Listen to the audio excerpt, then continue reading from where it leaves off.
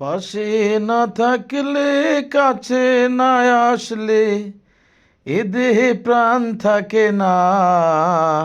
কি জাদু করিলা আমারে ভালোবাসিয়া, বন্ধু, কি জাদু করিলা আমারে ভালোবাসিয়া।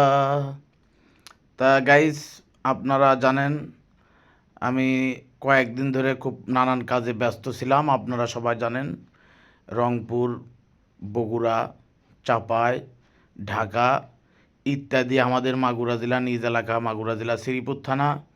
আসলে এগুলার নিয়ে আমি অনেক ব্যস্ত ছিলাম, আপনাদের মাঝে সময় দিতে পারছি না ঠিক মতন।